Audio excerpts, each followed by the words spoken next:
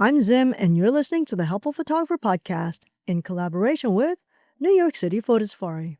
To register for a safari, please visit newyorkcityphotosafari.com. This is part 4 of a 6-part series on bird photography.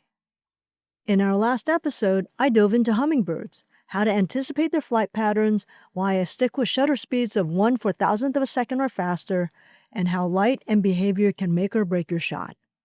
If you missed that one, definitely go back. It'll give you some great context for what I'm covering today. Because today, it's all about learning animal routines. Whether you're photographing birds, mammals, or even people on the street, it's the same.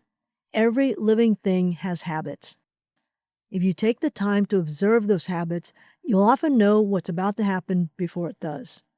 That's the real secret in capturing the decisive moment. Let me give you a couple of examples. Back in Colombia, we spent some time photographing tanagers. These little guys were incredibly colorful, but they're also really skittish. If you walk up with your camera guns a-blazing, you'll never get a shot.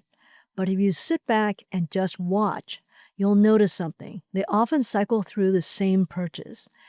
They'll fly to one branch, grab a bite, and then return a few minutes later. Once you recognize the routine, you can position yourself ahead of time, set your focus, and wait. Same thing with monkeys. At our eco lodge in Colombia, there was a troop of spider monkeys that would climb around the trees. At first, they seemed totally random, bouncing from tree to tree, but we were told that every day between about 4 and 5 o'clock, they would come from the north side of the property and head south, climbing from tree to tree. And there was one section where they had to make a leap every single time. It was such a regular event, we called it the monkey happy hour, especially because it was pretty close to the bar. And the thing is, it's not just monkeys. When we do our street photography safaris here in New York City, we teach this concept. People are creatures of habit. Think about someone waiting for a bus. They'll shift their weight, check their phone, glance up the street. None of that is random. If you watch where people are selling things, you'll get a buyer who picks out some fruit, hand it over to a vendor along with some money.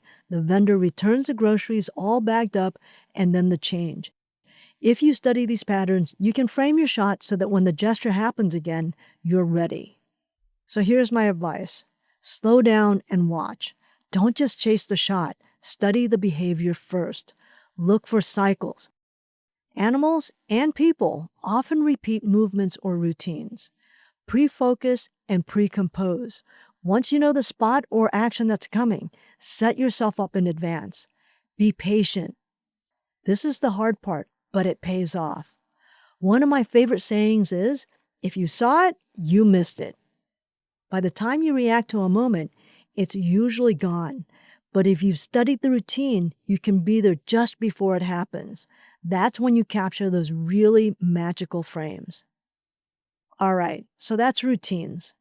In episode 5, we're going to drill down into one of the biggest challenges in bird photography, anticipating flight. It's one thing to catch a bird on a stick, but getting it in the air, that's where the real fun and frustration begins.